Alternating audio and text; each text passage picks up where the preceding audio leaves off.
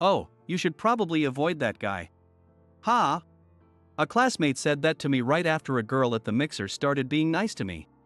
He dropped out of high school, has the lowest education, and probably doesn't even make $20,000 a year. So lame. Getting to know someone like that is a waste of time. There's no need to bother with him. Seriously, he's not worth it at all. Then, out of nowhere, someone unexpected approached us with a smile. You mean he makes that daily, right? My name is Nathan Smith. I've been extremely shy and introverted since I was a child. As a result, I never really had anyone I could call a friend throughout my elementary and middle school years. It wasn't usually a problem, but group activities were a struggle. Everyone would quickly form groups with their friends, while I'd sit alone in the corner, often getting scolded by the teacher. There were several group activities each year during school, and I dreaded them. But aside from those, I didn't face many issues and was able to focus on my studies instead of socializing. Discovering new things and solving questions I had was incredibly satisfying, and I constantly wanted to learn more. You could say I had a strong thirst for knowledge, but for me, studying was genuinely enjoyable. Because of my dedication to my study, I aimed for a prestigious private high school and easily passed the entrance exams. Entering high school, I was filled with hope for this new chapter. Thanks to my hard work in middle school, I managed to rank among the top students in high school as well. The private high school I attended had some great perks for high achievers. Apparently, there were scholarships and even rewards for top performers. I say apparently because, although I was a top student, I didn't reach the level to receive these rewards. So I only knew about them through rumors. Rumor had it there was a special program where tuition was partially refunded for outstanding students. I learned that this was possible due to donations from parents. I couldn't get a refund, but I gratefully used the scholarship. However, some classmates resented this. Specifically, Brad and Kevin. There were other high-achieving students, but these two focused on me from the start. The reason lay in my family background. Both Brad and Kevin came from wealthy families. Their families made significant donations to the school, allowing them to flaunt their status in class. Despite their behavior, their classmates were somewhat put off by them, since it was their parents' achievements, not theirs. In contrast, my family was just an ordinary middle-class family. Somehow, Brad and Kevin found out and used it as a reason to look down on me.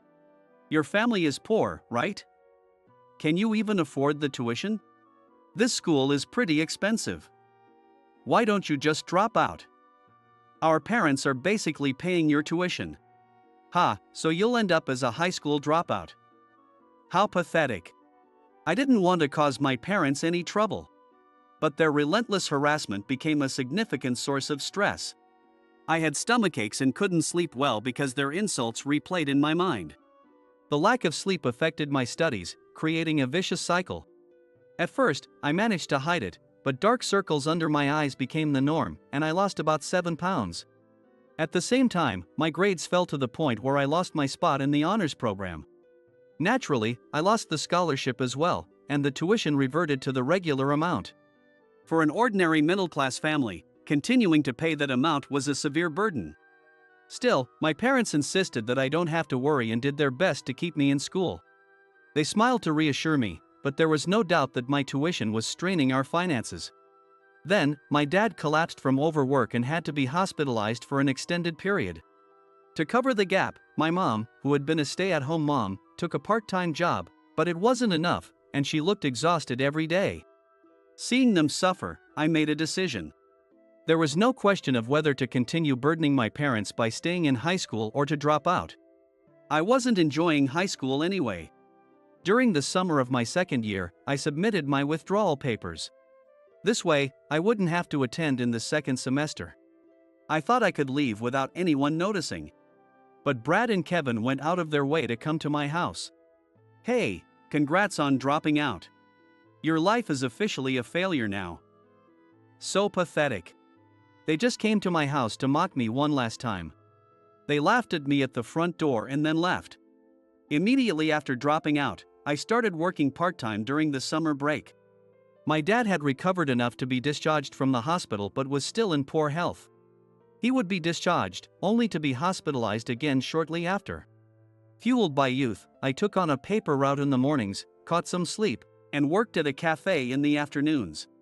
Whenever I had some spare time, I took on extra shifts to keep busy. I worked tirelessly to cover living expenses and lighten my mom's load as much as possible. The morning paper route was tough, but it paid well despite my lack of a high school diploma, so I didn't want to quit. The delivery area was set, and I rarely had issues finishing on time. And honestly, I enjoyed working at the cafe in the afternoons. At first, I was just making coffee for the staff, but they surprisingly loved it. "Nathan, your coffee is really good." "Ha! It has such a great aroma." The owner, Mr. Miller, heard of my reputation, and he suggested I make coffee for the regulars. The regulars who knew me didn't mind drinking coffee made by a young rookie like me. Mr. Miller intended to give it out for free since it was made by an amateur, but the regulars insisted on paying because they liked it so much. The word spread, and soon enough, people started coming in just to try my coffee, and the cafe prospered. "Nathan, you have a talent." "Do you think so?" "I'm glad to hear that. Even though you're using the same method, why is it so delicious?" "Is there a secret?" I'm not really sure. I just try to make it with care and love. Mr. Miller taught me how to make coffee, and I simply make it with love to taste better.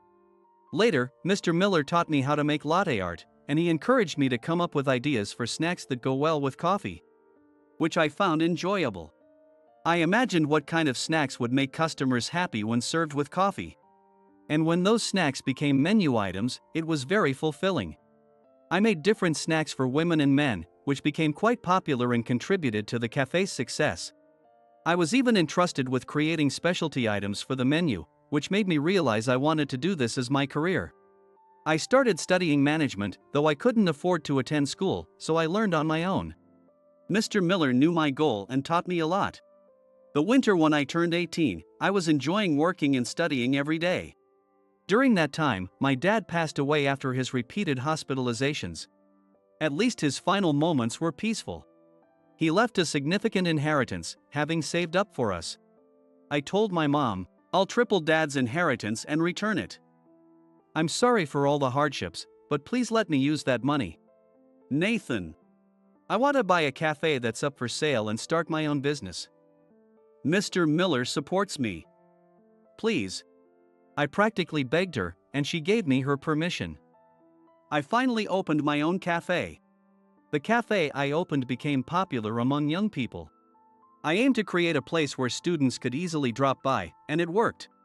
Many customers from the previous cafe came to support me, and thanks to word of mouth, business has been thriving ever since. Despite thinking that I shouldn't be satisfied with just this, I felt a sense of accomplishment as I continued running my cafe. Riding this momentum, I successfully opened a second and third branch. At this point, I had more than repaid my father's inheritance. My mom quit her part-time job and started helping at my cafe, and she began to smile more often. Working and enjoying my job, 5 years quickly passed since I opened the cafe. My cafe had grown to the level of well-known coffee chains and was even featured in magazines. There is someone who has been a great help to me since I started my business. That person is Mr. Wilson, the president of the company that I purchased my coffee beans from. He recognized my potential from the beginning, and one day he advised me, "Why don't you try opening a restaurant?" I was hesitant because running a cafe and a restaurant seemed very different. Sensing my hesitation, President Wilson introduced me to someone who had successfully run a restaurant. "Nathan, you can do it," President Wilson told me with unwavering confidence. Determined to meet his expectations, I studied hard and expanded into the restaurant business. Thanks to a great team, the restaurant succeeded as well. Though it wasn't in a prime location, it became a well-known spot with constant reservations. It's needless to say that I came to trust President Wilson completely for guiding me in this new direction. Looking back, since dropping out of high school, I had been running full tilt without stopping. I focused solely on my business, not paying any attention to romance. Because of that, I became very successful, but I found myself nearing 30. "Nathan, isn't it time you settled down?" "Ha!" When President Wilson, who had always been supportive, said that to me, I was taken aback. Sure, I sometimes felt envious seeing couples at the cafe, but I thought that kind of life was out of reach for me. Even though I'm successful now, my highest education is still middle school. I've heard that some people equate a high level of education with success. To such people, someone with just a middle school diploma would likely be dismissed out of hand. Come on, let's have a mixer. A mixer? I only know the term. It's basically a drinking party, right? Well, you could describe it as a drinking party to create opportunities for guys and girls to meet. President Wilson nodded enthusiastically, already checking his phone for available dates, as if the mixer was already set in stone. If I had even a fraction of his proactive nature, I might have had a girlfriend, or at least a friend who's a girl. Sure enough, President Wilson quickly arranged a mixer. He set it up with some single guys around my age. When I arrived at the venue, I spotted some familiar faces I would have preferred not to see. As soon as I saw Brad and Kevin, the trauma from my high school days came rushing back. My mood for enjoying the evening plummeted instantly. I'm Brad. I got a job at a major company right out of school. I'm Kevin. I work at a major trading company, and I've been pegged as the next section chief, so my future is secure. Despite getting their jobs through family connections, they bragged about their elite status to the women. I'm Sarah. Nice to meet you. I'm Emily. You two are really impressive. I'm Anna. The women introduced themselves one by one. Sarah and Emily, who had flashy appearances, seemed very interested in Brad and Kevin's stories. Brad and Kevin were engrossed in talking to them, ignoring the third woman, Anna. I, however, found myself more interested in Anna, who was less flashy but had a neat and clean appearance. She wore glasses and dressed modestly, but there was something appealing about her. Brad and Kevin didn't seem to notice her, not even making eye contact. So, Anna quietly ate her meal, and I couldn't help but notice how graceful and beautiful her movements were. She seemed well-mannered, and I found myself continually drawn to her. Meanwhile, Sarah, who was making a show of serving salad and ordering drinks, seemed to be trying to include me in the conversation. But Brad, clearly unhappy with this, quickly interrupted. Oh, you should probably avoid that guy. Ha! He dropped out of high school, has the lowest education, and probably doesn't even make $20,000 a year. What? Well, getting to know someone like him is a waste of time. He's not worth your attention. Seriously, no value at all, Brad sneered as he laughed at me. Kevin joined in the laughter. Oh, really? That sounds tough. Hearing about the $20,000 annual income, Sarah suddenly lost interest and became distant, while Emily turned her back and ignored me. But then, unexpectedly, a waiter intervened. I caught a glimpse of what seemed to be a part-time employee subtly whispering something to the manager, Oliver. Moments later, Oliver, now wearing an unervingly bright smile, walked briskly over to us. Thank you so much for coming today, Mr. Smith. Oliver said with a warm smile, bowing politely to me. I realized he was angry about Brad's remarks. I smiled back at him. Thank you for the delicious food for my restaurant as always, Oliver. I replied. Sarah and Emily were taken aback, whispering to each other, Wait, did he say, his restaurant? Oliver glanced at Brad, then smiled and said, By the way, our staff overheard an amusing joke earlier about your annual income being $20,000. I believe he meant your daily income, right? He said pointedly. I haven't calculated it, but I guess it could be around that. I replied with a wry smile, and Sarah and Emily's attitudes changed instantly. Oh, come on, if you're wealthy, you should have said so in the first place. Realizing the truth, Sarah and Emily suddenly became overly familiar, abandoning Brad and Kevin to cozy up to me. They poured wine and served food, their behavior completely transformed. Sorry, I have a meeting to attend, so I'll have to excuse myself. What?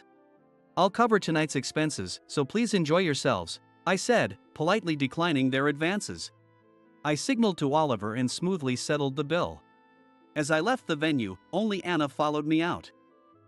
Nathan. Yes? When I turned around, she took a deep breath and looked straight at me. Thank you for the meal today. Her polite bow was just as graceful as I had thought. No, I'm sorry for making things awkward. If you don't mind, could we meet again, just the two of us? I'd like to exchange contact information if that's okay. Yes, I would like that, Anna replied. Overjoyed, I pulled out my phone and successfully exchanged contact information with her. Meanwhile, back at the venue, Brad and Kevin continued to badmouth me. What's with that guy, acting all high and mighty? That plain girl suits him better anyway. But Sarah and Emily had lost all interest in them and showed their displeasure. Insulting others to elevate yourself. So petty. And you guys, with just titles but no substance, are a waste of time, Sarah said, clearly annoyed. Being with you is just a waste of time, Emily added as both women left the venue, leaving Brad and Kevin behind.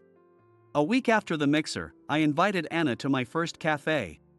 This place is where it all started for me. I stepped behind the counter and made her a cup of my own coffee. Though a latte with latte art might have been more appealing to a woman, I was confident my coffee was delicious on its own. It's very delicious. Anna drank my coffee black. Oh no, my glasses fogged up.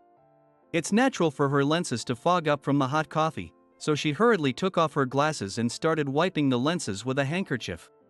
As she did, I found myself completely captivated. Without her glasses, Anna was even more beautiful than I had imagined, and I couldn't help but stare. Oh. Lost in thought, I loosened my grip on the coffee cup, which tipped over with a clatter onto the counter. I'm sorry. I stammered, quickly apologizing and wiping the table. Did you get burned? I asked, taking Anna's hand to check. Anna's face turned bright red as soon as I touched her hand. Just as I wondered if I had made a mistake, she said, I'm fine, quickly pulling her hand away and putting her glasses back on. Before she could put them on, I snatched them away. Hey, give them back. No. Why? Anna, could you keep your glasses off when you're with me? What? Because, you look much prettier that way. Blushing and laughing shyly, Anna's face turned even redder. Thank you. No problem. Well, then, should I switch to contact lenses? Anna's laugh is so cute. No, you shouldn't. Why not? If you show your natural beauty to other guys, they'll all fall for you. Naturally, I immediately rejected her idea. Anna's eyes widened in surprise at my comment, then she humbly replied, That's not going to happen. She's so modest and charming. Anyway, from now on, I want to be the only one who gets to see your true face. I insisted, pushing her to promise. I wondered if I had gone too far, but Anna nodded. Can I come to have coffee again? Yes. I'll be waiting. On our third date, I confessed my feelings to Anna. Of course, it was with the intention of marriage. When she accepted, I was overjoyed and immediately contacted President Wilson, who had brought us together. Mr. Wilson was thrilled and said, Leave the wedding speech to me, a bit prematurely. I realized again how fortunate I was to have such wonderful people in my life.